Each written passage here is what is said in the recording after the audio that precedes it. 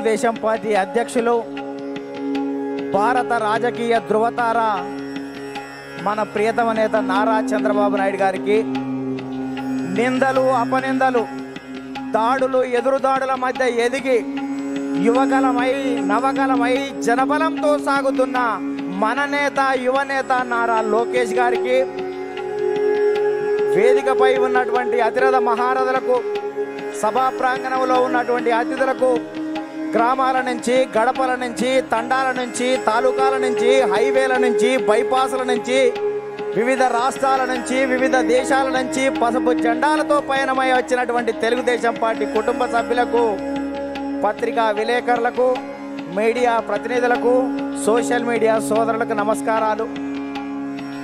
అందుకనే చెట్టు మీద కూర్చున్నటువంటి పక్షి కొమ్మ బలాన్ని నమ్ముకోదు, రెక్కల బలాన్ని నమ్ముకుంటుంది. తెలుగుదేశం పార్టీ కార్యకర్తల బలగాన్ని నమ్ముకుంటుంది. కాబట్టి కార్యకర్తలే ఈ పార్టీకి ఇంధనం. అందుకే మీకు నా తొలి వందనం అని ఈ సందర్భంగా గుర్తు చేస్తున్నాను. అద్భుతమైనటువంటి వాతావరణం ఇది. మొన్నటి వరకు ఒక రకంగా ఉండే, మా కాడ ముక్కోడు పోయిండు, మీ కాడ తిక్కోడు పోయిండు. ఇవాళ ముక్క ఆయనేమో లిఫ్ట్ ఇరిగేషన్, తిక్క ఆయనేమో ఆత్మలతో మాట్లాడేటువంటి పరిస్థితి ఏర్పడ్డది.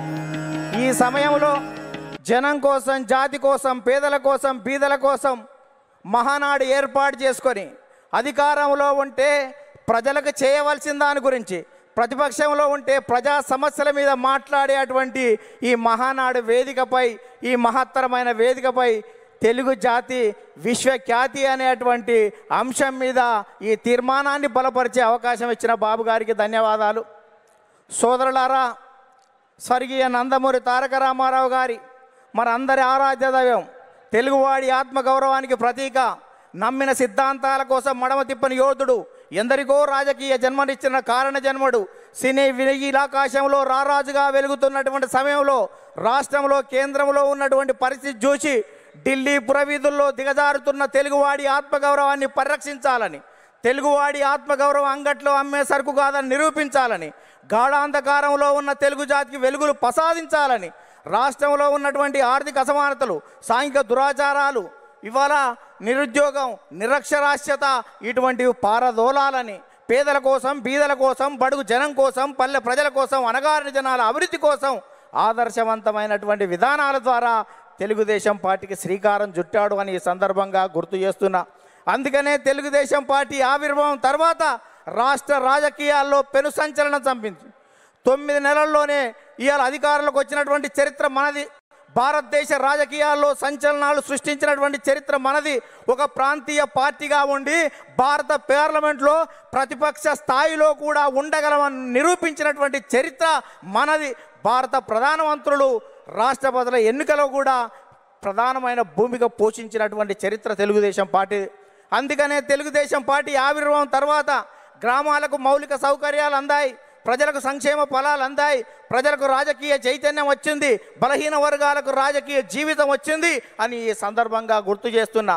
సామాజిక మార్పులకు స్వాగతం పలికాం, ఆర్థిక అభివృద్ధికి అందలం వేశాం, నిమ్న జాతర ఉద్ధరణ కోసం, బడుగు జన ఉద్ధరణ కోసం బాటలు వేశాము అని సందర్భంగా గుర్తు చేస్తున్నాను. అందుకనే సోదరులారా, బడుగు జనోద్ధరణ కోసం బాటలు వేశాం. అందుకనే గతంలో రాజకీయాలు భూస్వాములు, ఆసాములు, జమీందారులు, జాగీర్దారులు, దేశ్ముఖులు, దేశ్ పాండేల కబంధ హస్తాలలో ఉన్నటువంటి రాజకీయాన్ని గరీబోళ్ళ ముంద ఉంచినటువంటి చరిత్ర తెలుగుదేశం పార్టీది.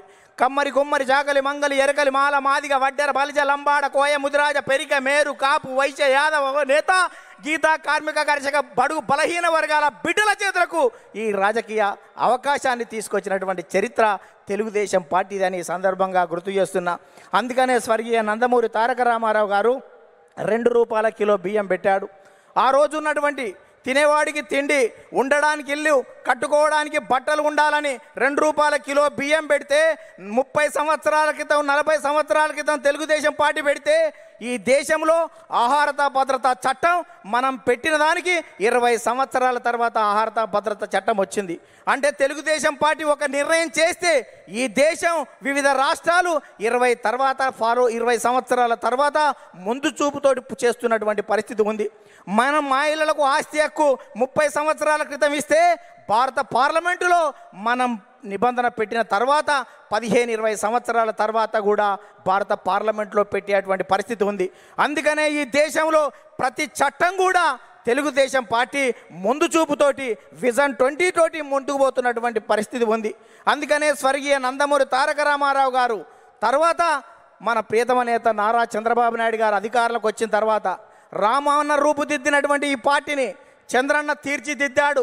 అందుకనే విద్యకు ప్రాధాన్యత ఇవ్వాలనే ఉద్దేశంతో ఇవాళ సమైక్య రాష్ట్రంలో 23,000 పాఠశాలలు, 1,047 ఉర్దూ పాఠశాలలు, 40 రెసిడెన్షియల్ పాఠశాలలు, 4,352 అప్పర్ ప్రైమరీ స్కూళ్ళు, 906 ప్రైవేట్ జూనియర్ కళాశాలలు, 362 ప్రభుత్వ జూనియర్ కళాశాలలు, 131 ఇన్సెంటివ్ జూనియర్ కళాశాలలు, 1,295 డిగ్రీ కళాశాలలు, 275 బీఈడి, 276 ఎంసీఏ, 206 ఎంబీఏ, 188 ఇంజనీరింగ్ కాలేజీలు, ఇవాళ 26 మెడికల్ కాలేజీలు, 24 ఫిజియోథెరపీ కాలేజీలు ఏర్పాటు చేసి, 31 నర్సింగ్ కాలేజీలు ఏర్పాటు చేసి, 31 ఫార్మసీ కాలేజీలు ఏర్పాటు చేసి, ఇవాళ 1,60,000 టీచర్ పోస్టు భర్తీలు చేసి, 60,000 విద్యా వాలంటీర్ల నియామకం చేసి, కిలోమీటర్కి ఒక ప్రాథమిక పాఠశాల, 3 కిలోమీటర్కి ఒక ఉన్నత పాఠశాల, మండలానికి ఒక జూనియర్ కళాశాల, రెవెన్యూ డివిజన్కి ఒక ఇంజనీరింగ్ కళాశాల, జిల్లాకు ఒక మెడికల్ కాలేజీ ఏర్పాటు చేసి 17% అక్షర శాతాన్ని పెంచి ప్రపంచవ్యాప్తంగా వస్తున్నటువంటి అవకాశాలని పునికి పుచ్చుకొని వెతికి పట్టుకునే దమ్మును, ధైర్యాన్ని, చైతన్యాన్ని,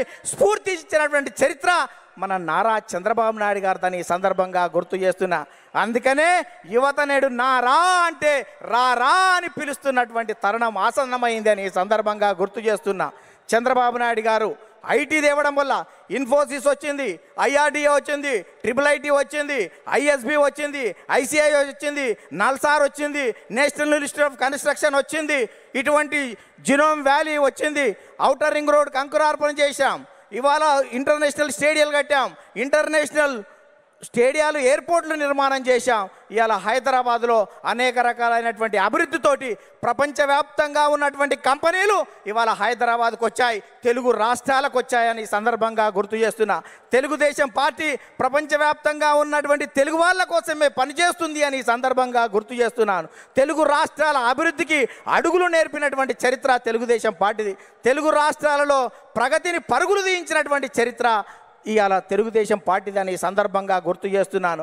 అందుకనే సోదరులారా, ఇవాళ ప్రపంచవ్యాప్తంగా నారా చంద్రబాబు నాయుడు గారి మీద ఉన్నటువంటి మమకారంతో ఇవాళ చంద్రబాబు నాయుడు గారు అనుక్షణం, ప్రతిరోజు, ప్రతి గంట, ప్రతి నిమిషం, ప్రతి క్షణం ప్రపంచవ్యాప్తంగా వచ్చినటువంటి మార్పులను గ్రహిస్తూ మనని చైతన్యం చేస్తూ ఆ వైపు మనల్ని తీర్చిదిద్దు తెలుగు జాతిని మహోన్నత జాతిగా తీర్చిదిద్దేటువంటి దానికి శ్రీకారం చుట్టాడు అని ఈ సందర్భంగా గుర్తు చేస్తున్నా. అందుకనే తెలుగుదేశం పార్టీ 20 సంవత్సరాల క్రితం చంద్రబాబు నాయుడు గారు జినోమ్ వ్యాలీ పెడితే కోవిడ్ టైంలో వ్యాక్సిన్ జినోమ్ వ్యాలీ నుంచి వచ్చి భారతదేశం మొత్తం ఇవాళ గర్వించదగ్గటువంటి వ్యాక్సిన్ 20 సంవత్సరాల క్రితం చంద్రబాబు నాయుడు గారు పెట్టిన జినోమ్ వ్యాలీలో తయారయ్యింది అంటే దేశం మొత్తం కూడా చంద్రబాబు నాయుడు గారికి ధన్యవాదాలు చెప్పవలసినటువంటి అవసరం ఉంది అని సందర్భంగా గుర్తు చేస్తున్నాను.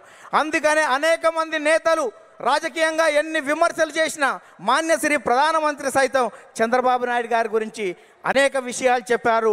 ముందు చూపుతో ఉన్నటువంటి అతని నాయకత్వాన్ని నేను అనుక్షణం చూస్తూ ఉంటానని చెప్పాడు. 20 సంవత్సరాల క్రితం చంద్రబాబు నాయుడు గారు టూరిజం గురించి చెప్తే ఎగతాళి చేసినటువంటి కమ్యూనిస్టులు మొన్న మా తెలంగాణ అసెంబ్లీలోనే టూరిజం అంటే మేము అపార్థం చేసుకున్నాం, అది అద్భుతం అని చెప్పినటువంటి పరిస్థితి చూసాం. అందుకనే ఇవాళటువంటి తెలంగాణలో ఉన్నటువంటి కొన్ని శక్తులు మనం నిత్యం వ్యతిరేకించే వాళ్ళు అనేక సందర్భాల్లో కూడా మనం చేసినటువంటి చంద్రబాబు నాయుడు గారి జినోమ్ వ్యాలీ గురించి కానీ ఆర్థిక అభివృద్ధిని ఏ రకంగా ముందుకు తీసుకువెళ్ళాడనేటువంటి విషయం ఒప్పుకున్నటువంటి ఉంది.